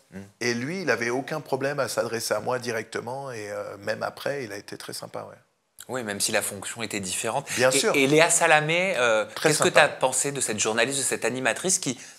Je ne comprends pas pourquoi, mais je ne sais pas si tu as vu de Los Angeles, mais elle est très décriée, souvent pointée du doigt en France. Elle est souvent la cible des utilisateurs des réseaux sociaux. Ouais. Écoute, encore une fois, je peux parler que de mon expérience avec elle, mais elle a été très cool, elle m'a très bien reçu, elle a été très sympa. Elle m'a dit un truc très sympa dès le début. On se rencontre, elle me dit « Je vous trouve très beau ». Ça fait toujours très plaisir. Tu vois ce que je veux dire? Et moi, et d'ailleurs, elle m'a fait bugger à ce moment-là. Parce que, naturellement, mon envie, c'est de lui dire bah, « Je vous trouve très belle aussi ». Et d'ailleurs, je trouve que c'est une très belle femme. Mais moi, je me dis, est-ce que si moi, je le dis, c'est pas aller trop loin pour moi? Tu vois, je veux pas que ce soit interprété d'une manière Mais c'est peut-être ça, bizarre. c'est peut-être ça qui perturbe certains utilisateurs des réseaux sociaux, spectateurs, téléspectateurs. C'est le fait qu'elles se permettent, en fait, de dire avec beaucoup de simplicité le fond de sa pensée. Ouais, ouais. Écoute, très sympa en tout cas. C'était très cool d'aller chez... Et tu sais, ce qui m'a surpris, ça m'a même choqué. Et c'est là que tu vois que je me suis américanisé.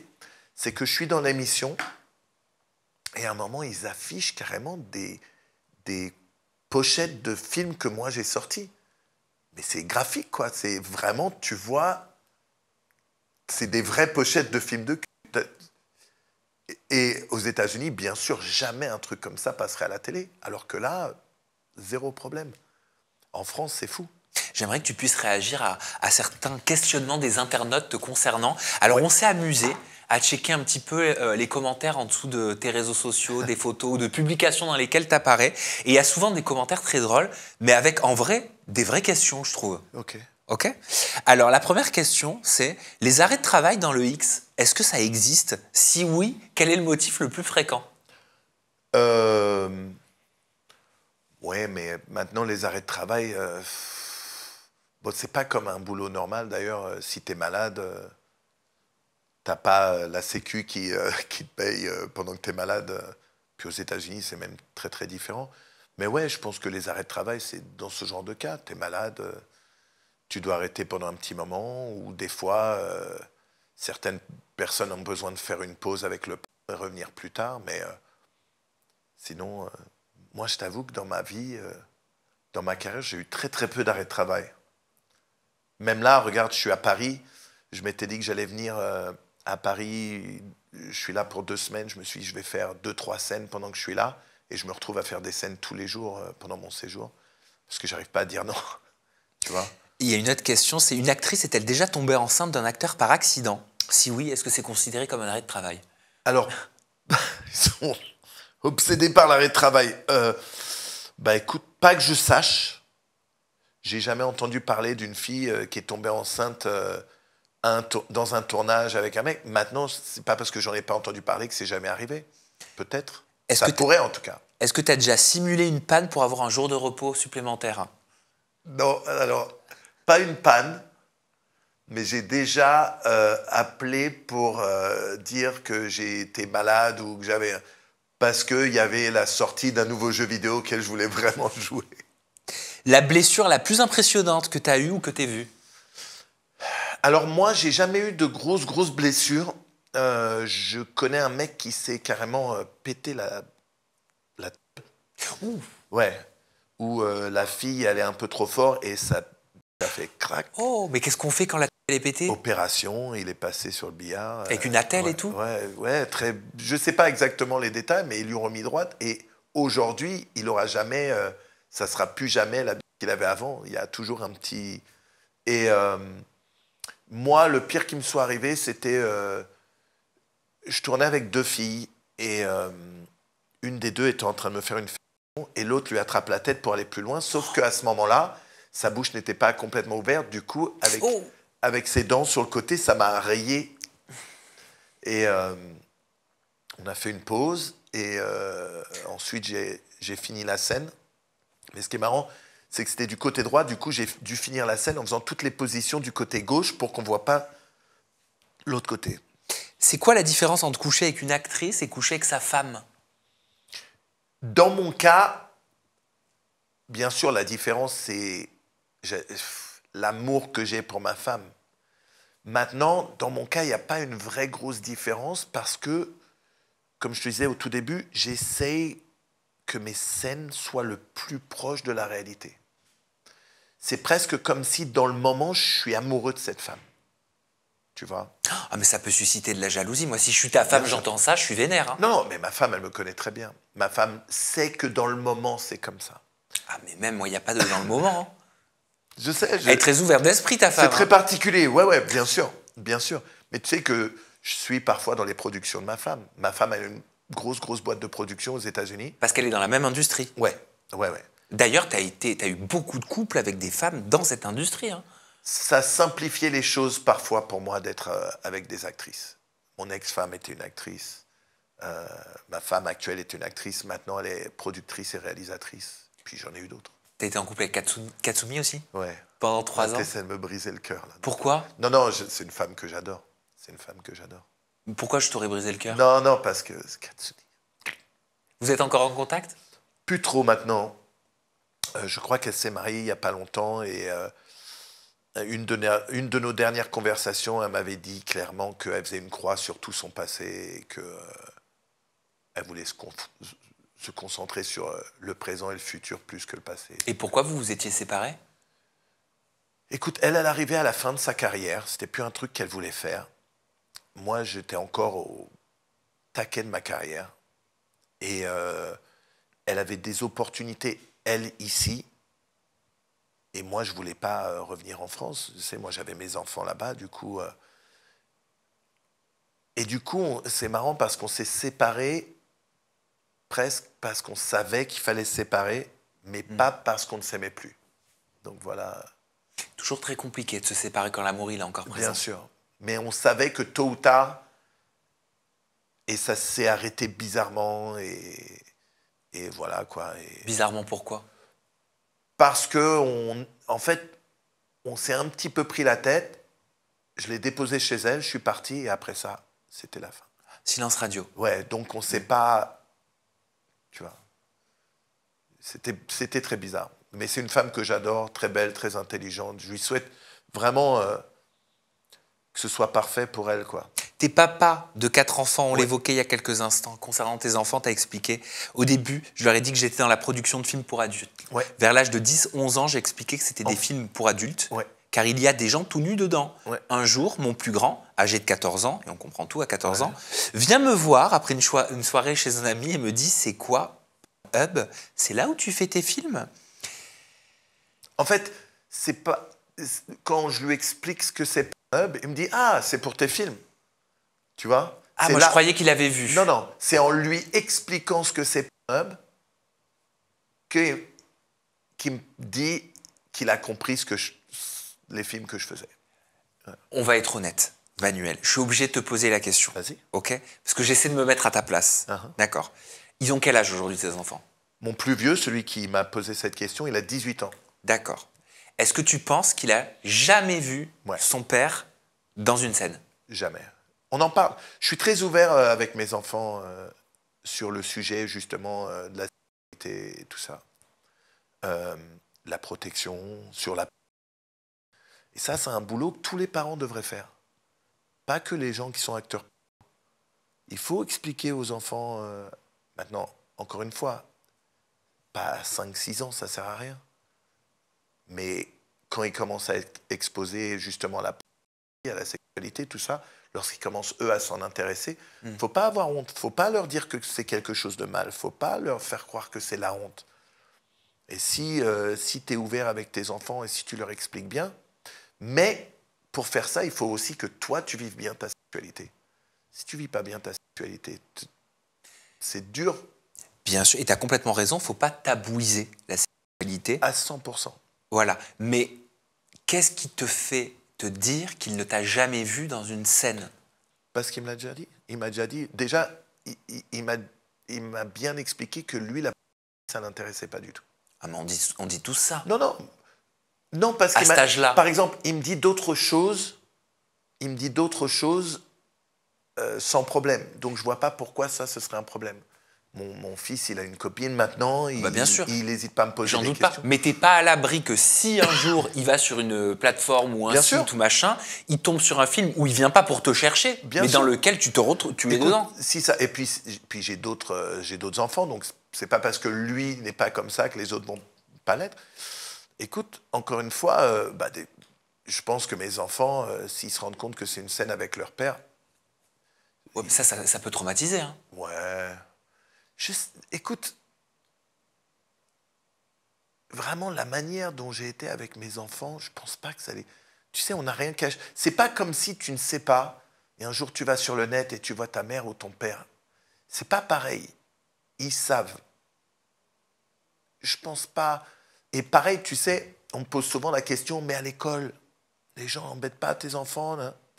On n'a jamais eu un problème. Maintenant, on vit aux États-Unis. Je me dis qu'en France, ça aurait été sûrement différent. Aux États-Unis, non, ils n'ont jamais eu de problème. Même mon fils, il me disait, l'année dernière d'ailleurs, que comme maintenant les gens savent qui je suis, qu'il y avait des filles l'année dernière qui s'intéressaient à lui parce elles se disaient, si le père est comme ça, le fils doit être comme ça.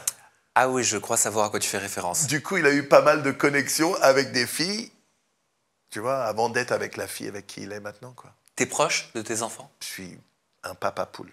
Ça se voit. Tu sais que on me demande souvent, ouais, mais tu gagnes beaucoup d'argent, toutes les filles, le top, j'ai le temps pour mes enfants. C'est ça. Et c'est pour ça aussi, par exemple, quand je te dis OnlyFans, c'est super pour ça, c'est que moi, OnlyFans, je me pointe à midi, à 1h, 1h30, j'ai fini.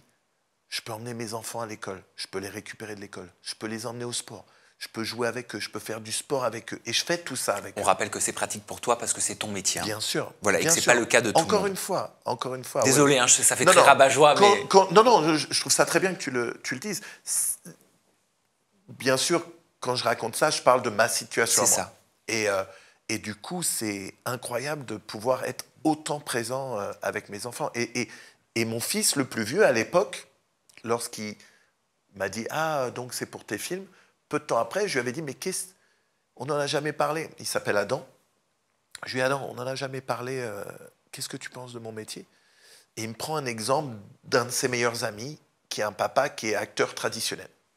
Et il me dit « Regarde, mon pote Jake, son père, il fait des films, il fait des séries, il fait plein de trucs, mais il voit son père 2 mois dans l'année. » Il me dit « Moi, je préfère avoir un papa qui fait ton métier, que je vois tous les jours, qui fait tout ce que tu fais avec nous, plutôt qu'un papa qui fait des films traditionnels et que je vois jamais. » Et toi aussi, ton papa, il était papa poule? Pas du tout. Ah non, moi, mon papa, c'était un papa dur.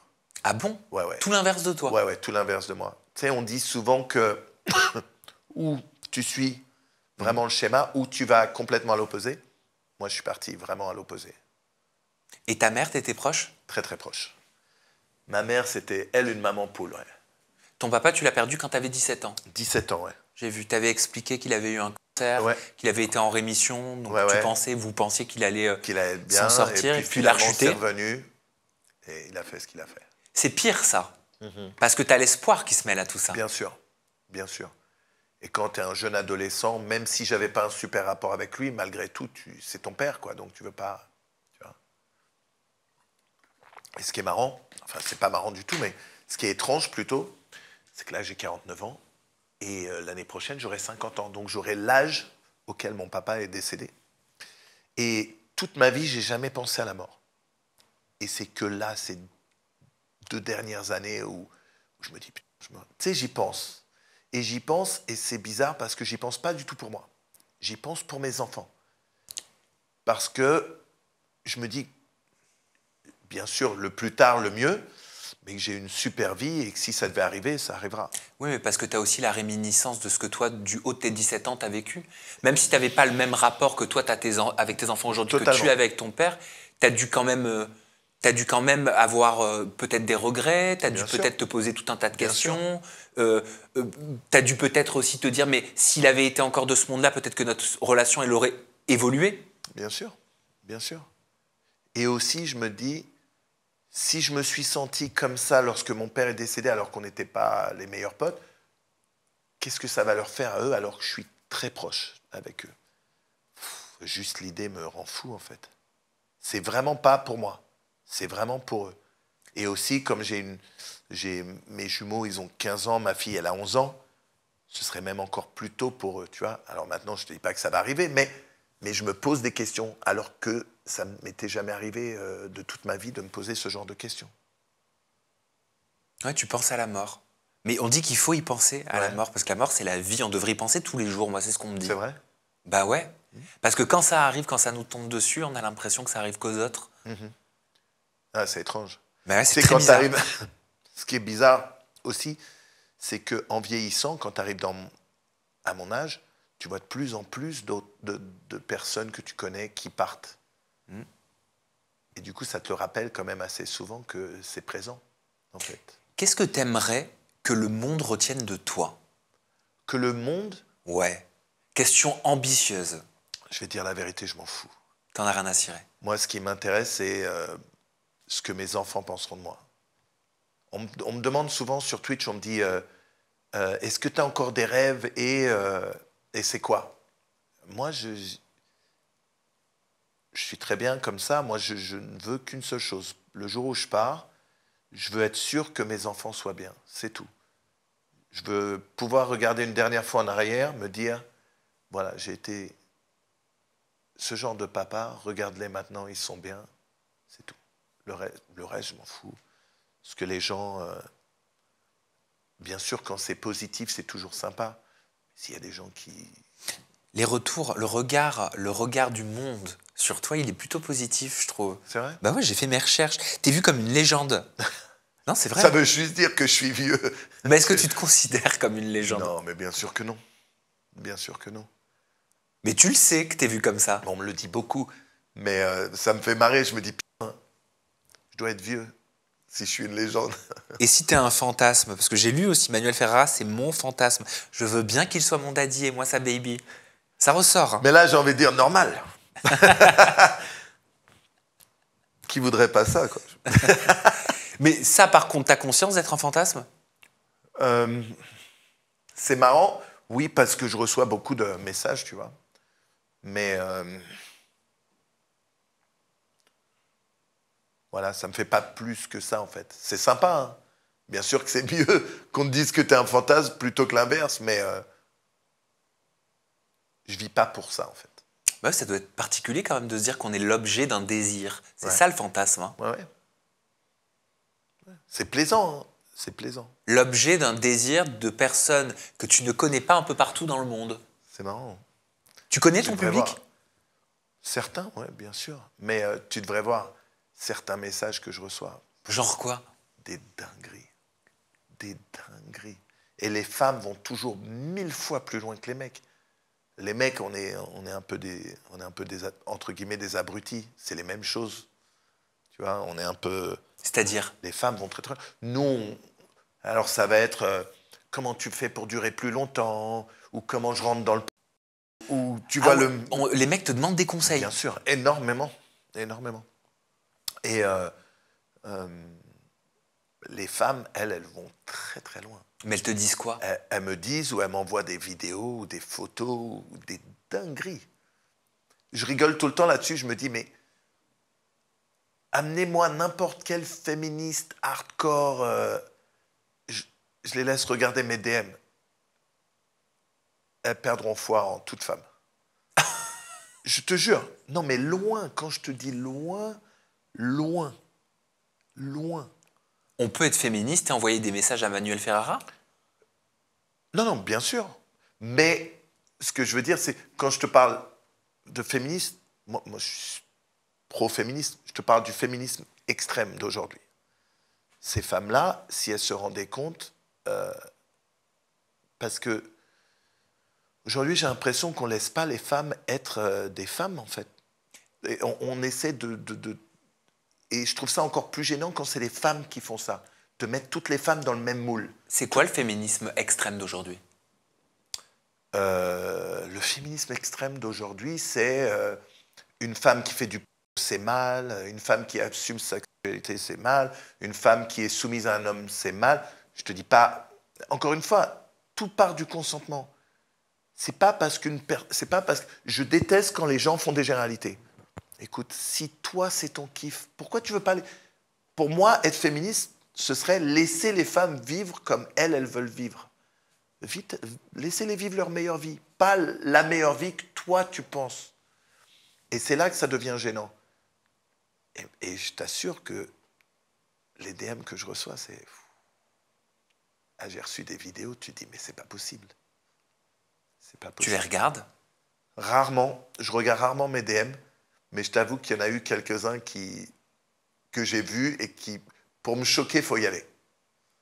Mais qu'est-ce qu'il faut te montrer pour te choquer? Bon, je vais te donner un exemple, ok? Ouais. J'ai reçu une fois une vidéo d'une jeune femme qui se mettait le plus gros légume que j'ai vu de ma vie dans les... Et elle m'envoie ça, visage découvert, tout.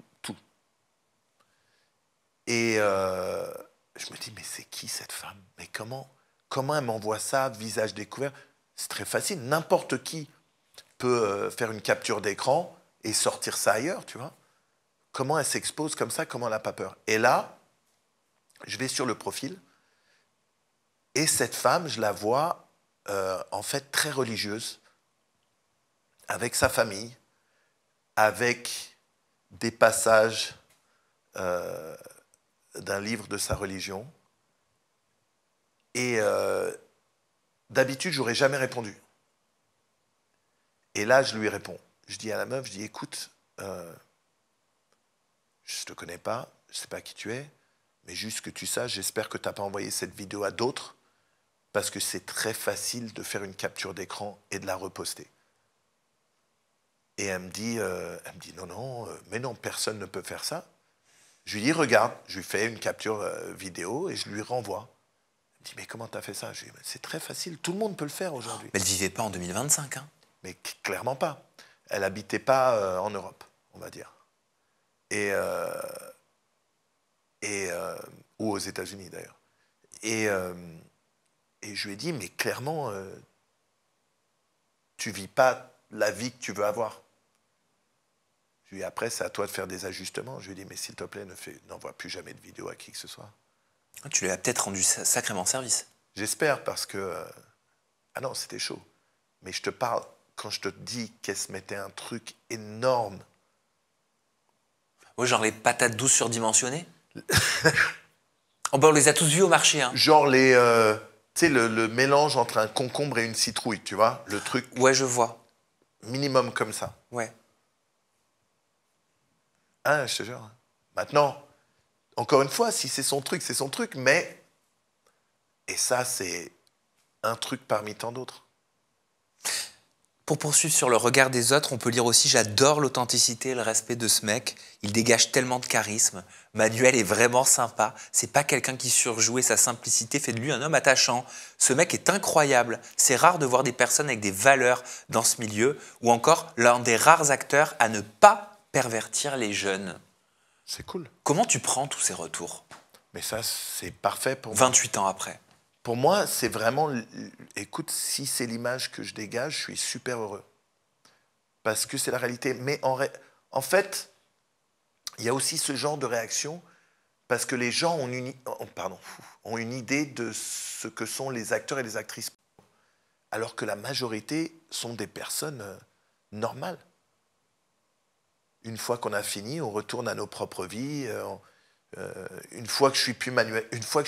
Quand je ne suis pas sur un tournage, je ne suis pas Manuel Ferrara. Il n'y a que sur les tournages que je suis Manuel Ferrara. Et la majorité des acteurs et actrices sont comme moi. C'est des gens normaux qui font un métier atypique, mais en dehors de ça, qui ont une vie normale. Combien de temps encore tu vas faire ce métier, Manuel Ferrara? Écoute, j'ai 49, j'ai toujours dit que j'allais arrêter à 50. Du coup, je m'en rapproche là. Donc il te reste 1 an. Ouais, maintenant je ne vais pas arrêter le jour de mes 50 ans, mais en tout cas j'ai commencé déjà à mettre en place ce qu'il fallait. Pour la suite? Ouais, pour la suite, écoute, encore une fois, tout a été fait pour mes enfants. T'as mis de côté ce que tu voulais mettre de côté. J'ai fait des investissements, j'ai des biens immobiliers. T'as mis tes enfants à l'abri. Exactement. Et je savais qu'autour de mes 50 ans, j'aurais sûrement tout ce qu'il faut pour chacun. Donc pour tes enfants, Voilà. et j'imagine pour pouvoir vivre aussi avec ta femme Et pour confortablement. voilà, exactement. Exactement. Il faut savoir qu'une partie de mes revenus, c'est des revenus passifs. Donc quand j'ai commencé à réaliser et à produire des films, j'ai toujours voulu rester propriétaire de mes films. J'ai jamais fait des films que je réalisais pour d'autres compagnies. Donc le premier film que j'ai réalisé aux États-Unis, c'était début 2003. Et donc depuis 2003 jusqu'à aujourd'hui, je suis propriétaire de mes films. Donc c'est des films qui continuent à me faire gagner de l'argent. Et en plus, avec les sorties sur les plateformes, ça m'a permis de ressortir des anciennes scènes. Ah, donc tu refais travailler ton catalogue. Voilà.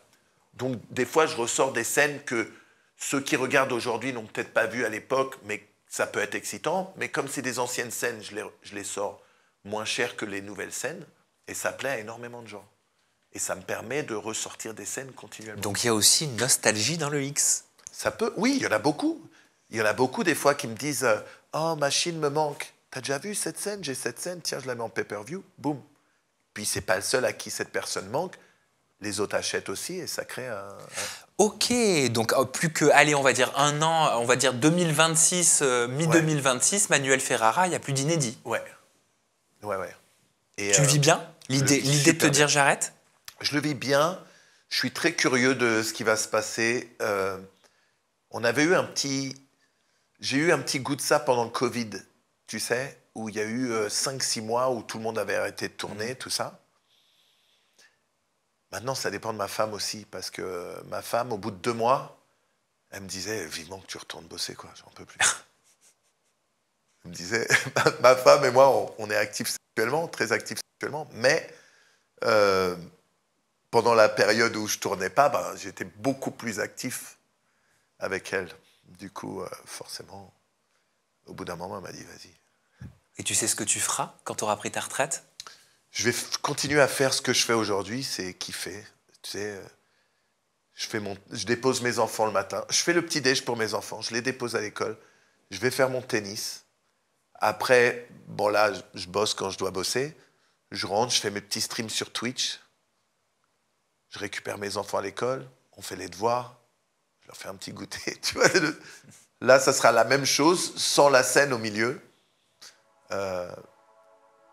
Parfait. Peut-être voyager un petit peu plus et kiffer, quoi. Merci Manuel Ferrara. Merci à toi. Pour ce long entretien. Mais merci à toi. C'est toujours très long avec toi. Quand c'est long. Ton compte Instagram, c'est Manuel Ferrara TV. Ouais. Ta chaîne Twitch, c'est Manuel Ferrara TV. Ouais. Merci vraiment. À toi. Merci à vous de nous avoir suivis, de nous avoir regardés. On se retrouve prochainement avec une nouvelle personnalité et toujours des confidences en toute intimité. Prenez bien soin de vous et de votre proche. Bye bye.